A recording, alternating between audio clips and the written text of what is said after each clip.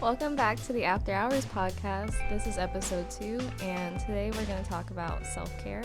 For anyone that hasn't listened to the first episode, my name is Megan. My name's Ahmad. My name is Julia. My name is Jasmine. And my name's Sayla. So we're going to just jump into it. I kind of did some research about self-care, like we kind of discussed it before this, but I did like a quick search of like the definition of self-care, and I came up with the practice of taking action to preserve or improve one's own health, which also could be taking an active role in protecting one's own well-being and happiness, in particular during periods of stress. So based off of those definitions, like, do you guys agree with that definition of self-care, or do you have your own definition of it? I think I agree. I mean, honestly, you want to make sure that you're okay first before you take care of anybody else. So whether that's like, doing your favorite thing, like relaxing, sleeping, watching TV, your favorite movie or something along those lines, that's self-care. So that's all I have to say about that, I think. But mainly that I agree. So I agree, but I feel like everybody's been on this self-care kick. Like, this shit is sick.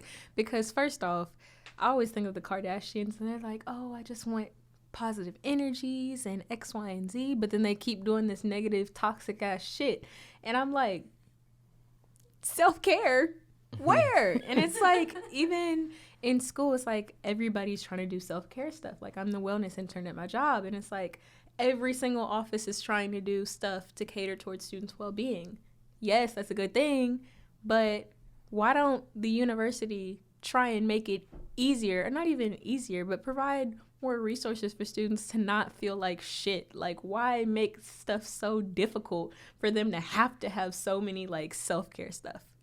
You should be taking care of yourself, yes, but doesn't mean, like, the institutions in place have to make things more difficult. yeah. I feel like with anything in life, there has to be a balance. So, yeah, you're going to get stressed. And kind of like what you said, Julia, with everybody being on a self-care kick, I mean, it's good every now and then. It doesn't need to be an everyday thing. Yeah. An every week thing, I feel like, either. Yeah. Like, I feel like there could be a time where, yeah, you can be stressed for 2 weeks and be okay without a self-care, quote, ritual. But yeah, there's just got to be a balance, because I've started to notice that too. Like, people are always like, oh, I'm just gonna do self-care today. It's like, didn't you just do that like 2 days ago? Yes. Like, in self-care, like, the self-care stuff they do does not provide any, like, real life self-care. Yeah, I think it's really like people are mislabeling or misusing the word self-care. And it's like, no, you need to get help. Like, stop trying to slap a face mask on when you need to go see someone and talk about your issues. Or maybe, like, you're really stressed, and that's okay. But, like, how much can, like, just some, like, diffusers really help you? And I think that people are just, like, not really understanding what self-care is, or doing it to where it benefits them. It's just covering something up in the moment. Yeah. I agree. I also have an interesting note about self-care, like the word self-care. What, girl? Let's think about this for a second. Let's get some knowledge. Why would it be called self-care if you're not taking care of yourself to begin with? Like, you're in this position because you weren't taking care of yourself. So why call it self-care? Because obviously you're not doing It's called it. reset button. You're not. Thank you. So it's like, That's what it's called. we can't. All too often people are like, well, I'm gonna do this, I'm gonna do that. Well, obviously if you wouldn't be in this predicament. So it's like, yes, doing things on your own is great, but like Sayla said, there's going to come a point where you're going to need other people. You're going to need a psychiatrist. You're going to need a doctor. You're going to need people who have degrees in these things. Jesus. Like, you're just going to need higher knowledge, higher powers, like people who are not you, who can help fix you. Because if you knew what you was doing, you wouldn't be in this position in the first place. Yeah, so I guess we focus on not getting to that point where we need a self-care. But self-care can also be you realizing you need help. And a lot of times, like, especially in university settings, you're not even allowed the chance to do better, because you're like, okay, I have unhealthy eating habits, I have unhealthy, like, sleeping habits, and it's all because you're like, oh, I need to do my work, I need to do my project, I need to do this. And so you're not even given the chance to really focus on yourself. So self-care can be just like that realization, like, okay, this ain't working, I need to fix myself. And that's where self-care kind of comes in. So I did some more research and found about 6 types of self-care, which I thought was interesting because I didn't think about in terms of like there's different parts to self-care. Okay. But there's 6 of them. There is emotional, which is pretty much activities that help us connect, process, reflect on our full range of emotions. There's practical, which is about fulfilling core aspects in our lives to prevent future stress. You got physical, which is just improving your well-being. Mental, to stimulate the mind. Social, to nurture and deepen relationships with people in our lives. And then you got spiritual, which is to nurture your spirit, also to think bigger than ourselves, which could also include religion or whatever spiritual belief somebody has. So within those 6 aspects, which ones do you think you focus on the most? I think for me, it's more of a mental thing for me. Mental and spiritual, and a little bit of social. But for me, the main one is mental because, like, you have to be in the right mindset to be able to do all of those things.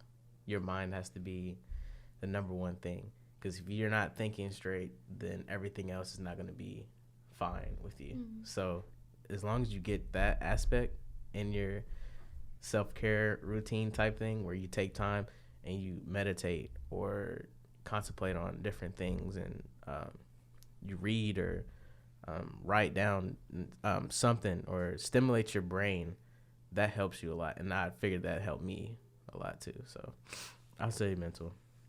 Probably the areas that I focus on the most, probably definitely spiritual. Social has become a lot more because, like, between meeting you guys and, like, just getting more involved on campus.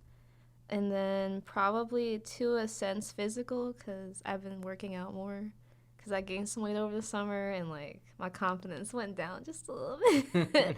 So I've been working out, but those are probably, like, the 3. I mean, I think all of them I definitely like try to focus on, but definitely those 3 are like the main ones for me. For me, I would say what is most beneficial to me is spiritual, and that's me getting away from everybody, like taking time to myself and just getting on my knees and praying and just reflecting on how I can like improve as a person and how I can improve as like a servant of God, because I'm social enough and social don't help me. Honestly. I would say for me, spiritual, mental, definitely. I know what it's like to like not want to like just do stuff and be like depressed or anxious or whatever. And so, you good over there? Yeah, she trying to chomp up the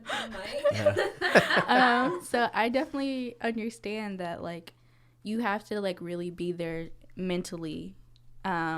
And so that can be like your biggest enemy, yourself. And so I definitely try to practice that more, and like in acknowledging that, like that's such a big step because seeking help is such a huge thing. And with spiritual, again, like what's been said, like having someone else above me to be like, okay, like I have someone to depend on, or I have someone to pray to, or like I can get my problems up. That building that part of into my self-care has been like really important and really changed how I viewed other parts of self-care, because now I kind of have one of the links that were missing before. So yeah. I like how you said with the whole spiritual aspect of giving it to a higher power, and that's definitely true for me. I would say spiritual is probably like my first go-to, even though I'm not thinking about it. It's just like an automatic thing. Like the first thing I'll do whenever I get an anxiety attack is just pray, and I don't even think about it. So spiritual is definitely a big thing for me.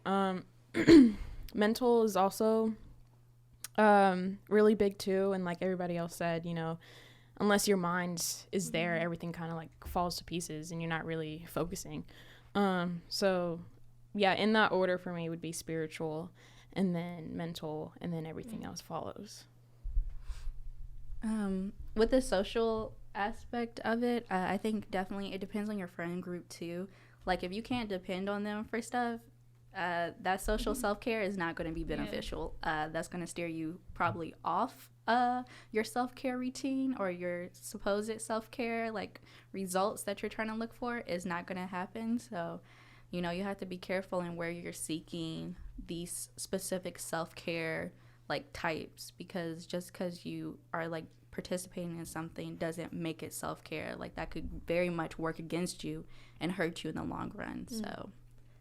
So now we talked about the ones we focused on. Which one, if you had to choose one, which one do you think you focus on the least that you'd like to work on more? That's a tough one. I mean, I can go first for it. For me, I think it's the emotional side of self-care. Even though I'm, like, always happy, so, like, I genuinely am very positive and happy, but I feel like sometimes I let my emotions stay, like, deep down bottled up somewhere, and then only at, like, the most randomest times, like, they'll come up, and I'll, like, burst out crying at, like, midnight and be like, I can't go to sleep because now my emotions have taken over. But I think it's really taking time to process my emotions and let them, like, come forward and surface instead of trying to always be like, no, we're not going to worry about emotions. But I'll probably say emotional too. Emotional, because like I don't think I do a good job at expressing my emotions like that. So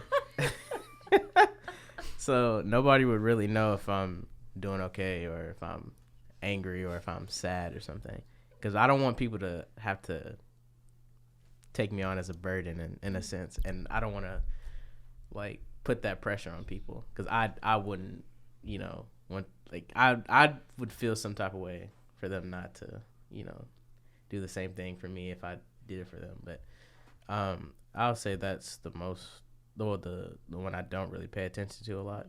So I would say two things I learned over the summer was that, one, you can't be or feel responsible for other people's emotions.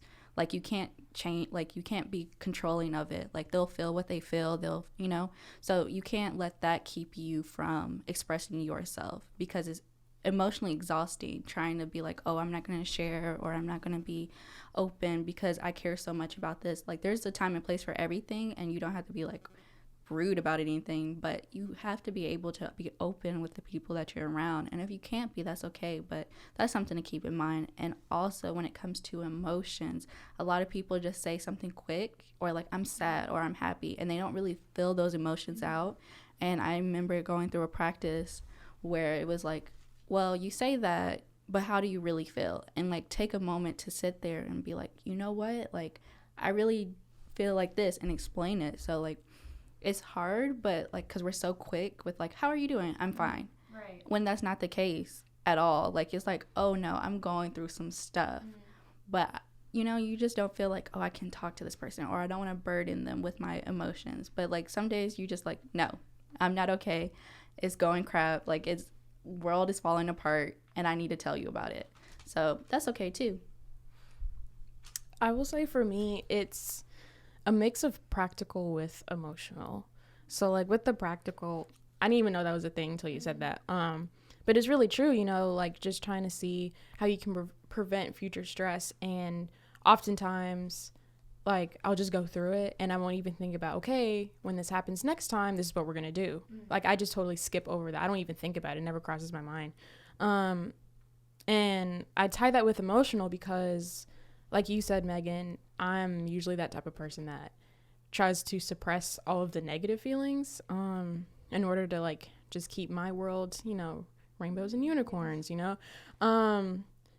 But whenever something does happen for me to be sad, upset, angry, whatever the case may be, I notice that those emotions are much more intensified because it was suppressed for so long. Like literally it was like if you put a Mento in a soda, like that's what happens. So just being able to express my emotions, but not even express them, to like think through them and be okay with it. Like I'm gonna grieve, but that's okay, because if I don't, then it's gonna pop up somewhere in a way that I don't want it to. So it's just being practical about why you're feeling these emotions, how you're going to get through these emotions, and then what you're going to do next time when these emotions come back up. Yo, can I just go off topic real quick? Go ahead. So, so I used to go to summer camp a lot. Like every summer I was doing something. And I went to a summer camp at this university because they had like a program where you could like take classes, and it was really fun. Tell me why this same group chat that I made with like this group of friends years later, like we're still talking about what we're doing in life. Like this shit is crazy. Squad, y'all want to see the picture? Yeah. Oh, y'all cute. That African dude, he's like freaking 7 feet tall. Wow. That's He was so cool. I'm sorry. Back on topic. But that kind of is on topic. It's about like friend groups. Who can you go to and turn to? The social Yeah. aspect, of course, but like not everybody has that coming into college, let alone have it leaving college or throughout. And so finding that group of people where you're like clicking on different levels. It's not just like that first level where it's just like, like we're in the same major or we're like in the same class. It's deeper than that, because once you enter adulthood, it's different. It really is. And things happen where you're just like not expecting it to, and you're just like, that really happened. I need someone to talk to about it. And not everybody gets that chance. And like we were talking about bottling things up. Like so many times things happen to us where we're like, we have nowhere to turn to. I'm gonna just keep it inside. And then you're crying at like 12 in the morning, and you're like, where did this come from? I have nowhere to turn to. Like, Lord, you're the only option, if you even do that. And like, it just so much. And I remember doing that a lot last year. And so I can honestly be like, listen, them tears are real, and it hits you. And so, yeah, but not saying like it'll be easy, like, come be friends with me. But sometimes it is. And you just have to be open to meet people or join stuff to meet people. So Y'all think y'all are adults? I think I'm going through so. some not high school stuff. That's what I think I'm not going through. So Jasmine, you think you're an adult? You the baby. You think you're an adult?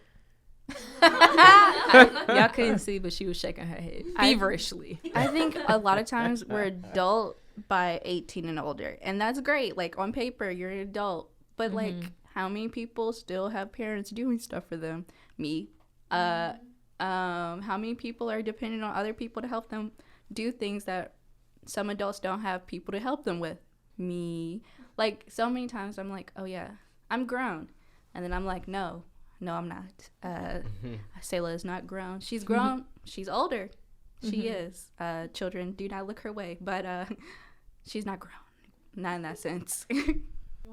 Yeah, Meg. Being the oldest, 22. She's 23. What? No, 23 next year.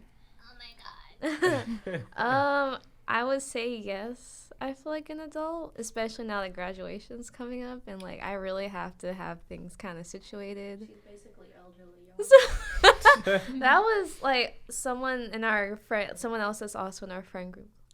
But like me and Jasmine, we were at another campus ministry event the other night, and for some reason, this friend of ours, like, he had assumed, like, I'm pretty sure at one point I was 22, but like I said it again, he realized like, oh, you're 22, and I'm like, yeah, and he's like, I thought you were like freshman. I'm like, nah, fam, you girl 22. Listen, y'all can't see Megan, but she's done looked the same her whole life. Like, she's not gonna change. I think you're gonna get a couple more freckles, maybe like a wrinkle or two in the forehead, and gray hair, and that's it. Oh man, that's funny. But That's it. I don't want wrinkles on my forehead. You gonna have to get them when you old. When you get mad at your kids, you just be like, oh, like just get your wrinkles in your forehead. Just Oh, frustrated. Yep. Couple gray hairs. but no, I think I'm a grown ass man right now. Oh. Like I feel like I could see the people in the comments. Oh, really? You do, sir. I could tell you a few things. like I feel like I take, when I like put my mind to something, I want to accomplish it. So there was a career fair, or not career fair, it was a graduate school fair, and I had to take to put my hands on my own destiny, basically. And so I'm going out there talking to these different colleges about what the next 5 years looks like for me, and it's looking pretty good right now. So that's what I would say. Okay, What, do you have something to say? I'm gonna have to humble you real quick. I'm gonna have to humble you. I would say yes, you are a man. You're older, right? We But want to put some context to this because they might be like, why is she going off on a mod? oh, because we used to date and I know him. I just know him. I think everybody in this room know him. So here's the thing. I'll give you you're a man. Yes, you're not a little boy, but I'm a grown ass man. Like, I think you gonna have to humble yourself a little bit, because that means you got a job, you got a car, and not necessarily having a car. Sorry, thinking no scrubs, TLC. Yes, I don't want no scrubs. Scrub is a guy who's Can't get Good enough can't get no love from me. Look, Yes. Passenger side, edit his this best out. friends, right? Edit this out. To Edit me, this out, 'cause- I don't want no scrub. Scrub is a guy get no love. well, from I'll just me. find Hanging somebody on who the appreciates fence, me. right? I'll do that. We're gonna break for a. I can do Let that. me just say this. That means you have to have knowledge on certain things to be like, I'm a grown ass man. Like, you can be like, yeah, I'm a man, but you put you. But to be a Kept man, going. you'd have to take those things into consideration All and make right, plans shit, for it. I quit. And I have made plans for it. I just may not tell you. I have things in place where I have things in control. All right, You know, I don't have to say that, go off. oh, I don't have a job or I don't have a car, but I'm taking steps in the right direction to make that happen. So, You are doing better than most of these boys out here. That's true. see, You're thank right, you. You're right. You know, thank you. I appreciate that. to come to your rescue. Yeah, because you're always trying to dog me. No, I'm You not. know. You just be, listen. Whatever. Change the topic. Okay, yeah, but self-care, we were on that topic. Loving oneself, understanding that. I guess moving on, I feel like we're going to come with some other random topics because we're only like less than 25 minutes in. But it feels like we've been talking for longer. But We could do so a now two-part. let's talk about what is your current self-care routine, whether it be like just a quick one. Like, it doesn't have to be like something you do in a whole day, but like just simple things, even like your morning routine, stuff that you do to like take care of yourself. I would say that I am, what is it? The bad guy? What is that? I can't think of the word. Hmm? No. Like Your a own worst song? enemy? Yeah. Like Billie I don't I Eilish? don't know how to say that. Anyways, I'm at fault for slapping a Eyelash. face mask on my problems and thinking it's going to solve them. I have a huge selection of face masks because I love them. I'm a sucker for packaging. However, I'm getting to that state of my semester where face masks aren't working the same. And it's not that it's just stress and just different events that have happened and just family stuff and just say-less stuff where I'm just yeah, no. But when I do self-care now, it's more seeking help or, praying day and night about situations and other people, of course. Or, trying to incorporate something more physical where it's okay, we're going to have the steps in the face care routine or something like that, where it's different aspects of me trying to better myself. I haven't really hit the good old eating habits or the gym. I got a gym downstairs. I ain't been to it. I ain't looked at it. I've given tours. Can't say I'm visiting, but hit me up, y'all. We could do a little day. Can't say I'm gonna be there long, but it's open. Me personally, I don't really do a lot of self-care just because it's not really my thing. But one thing that is important for me, which I guess kind of takes care of it, is I always keep a Sabbath, which is Sunday for me. I don't do anything. I go to church, and that's it. If I'm hanging out with friends, that's cool. If I want to go to a park or something, that's cool. But I don't do any homework. I don't do laundry. I don't do dishes. I don't do none. That makes sense, because we didn't do anything last Sunday. We sat on the couch for 6 hours. And that's okay. And that's okay. And that's okay. Because, it's just one day out of the week. And like I said, it kind of takes care of everything for me because I'm finally able to, breathe and just rest and not have to worry about anything because everything's already been taken care of. But if things do happen to get really stressful, I'll get in the mood of playing my guitar. Mm. And if I get to that point, it's like, yeah, I need to do this, because that's like that mental thing for me. Like I'll, strum, and it gets my brain working, gets my fingers working, and I have to have that hand-eye coordination. And then it just sounds nice. So just everything about playing a guitar for me is just really soothing. It makes me feel good about myself. So I guess that's my self-care. Well, I think my self-care thing is I try to get up every day around like 7:30, even though that may not happen every single time. But it's the fact that you're telling yourself to get up. And I think that encompasses most of the 6 ways of self-care. And so you're physically getting yourself up and ready for the day. You're mentally preparing yourself to get up every day at 7:30. Your emotional and spiritual aspect of it is like you're telling yourself that if I get up in the morning, I'll be okay. Or you're thanking the Lord that you wake up every day, because sometimes, people don't, when they go to sleep, you may not know if they'll ever be up. So, and practical, you think about what you're going to do for the day or the week or the month or whenever. You just think about that before it's already happened. So I think that's the best. Well, that's my self-care routine. Yeah. I think mine, I'm very I love things that are aesthetically pleasing. So I love to be outside. I love to be in nature, and just to sit outside or just take a walk. It kind of brings me back to my childhood, because that's what I would do. I would just kind of take walks either by myself, with my pets, with my sister. And it was really just peaceful, because you're not even thinking about anything other than what's going on around you at that moment. And if nothing's going on, then your mind's just kind of wandering. And sometimes I need that space from people and from even myself to kind of just let my mind wander. So that's really my self-care. For my self-care, I have I call it a pamper session.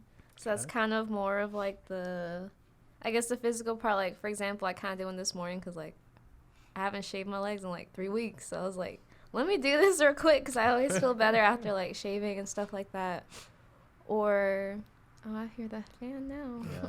Yeah, other things, for example, trying to get all of my lab reports done by Thursday, so that on Friday, it's I just go to class. I don't have to worry about anything due anymore.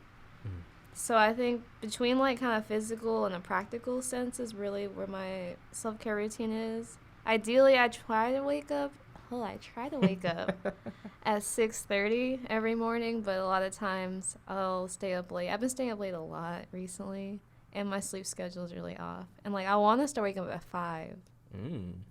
I usually am an early bird, but I really want to. I used to get up at 5:30 when I was in elementary school because of private school. Yeah.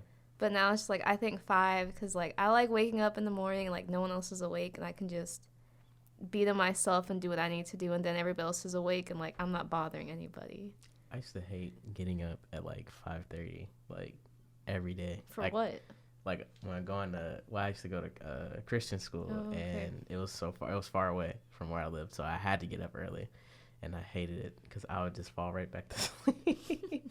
If I took a shower, I'd fall asleep in the shower, or fall asleep on my bed, not get up, and it's tough. I'll say that.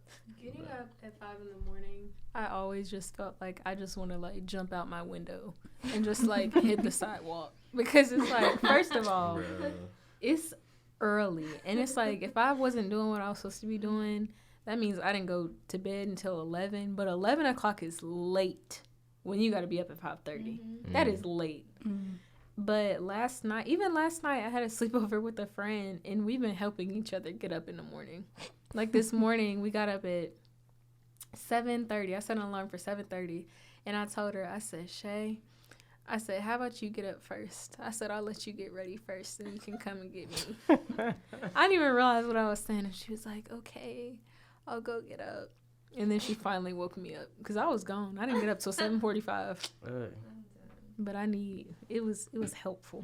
I was gonna say, when the mom was talking about falling asleep in the shower, there were times where I wake up early and I got taken a shower, I gotten dried off, and I would just be really warm, and all the steam would just be oh, I'm tired. I would lay on the bathroom floor and I'd fall asleep, and then either my mom or dad would come in and be are you sleeping? I'll be like, Yes.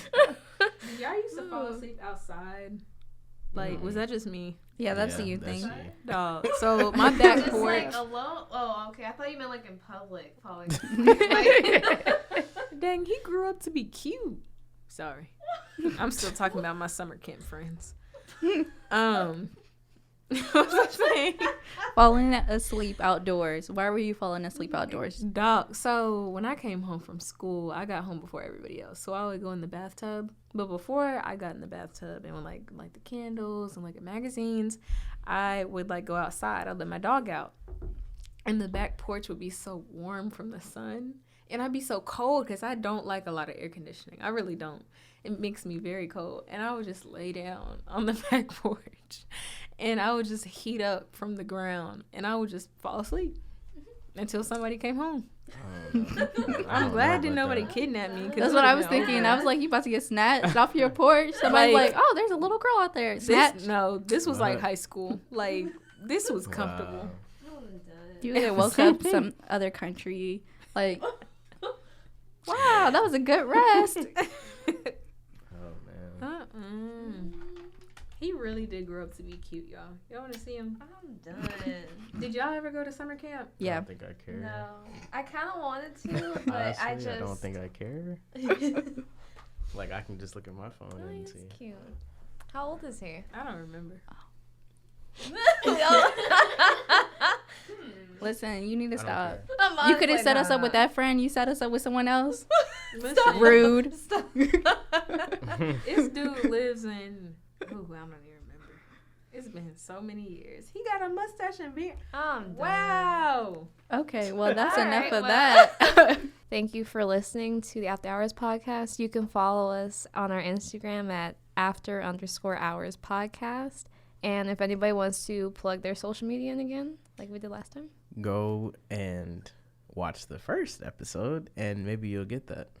Yeah, we'll add our socials also in our YouTube channel, which is we After need Hours views, podcast. people. We need views. I'm done. Like and subscribe. Yes. Comment. Definitely. Yeah, give us some feedback. Well, if that's all, then we'll see you next time, and good night. Yeah, bye guys.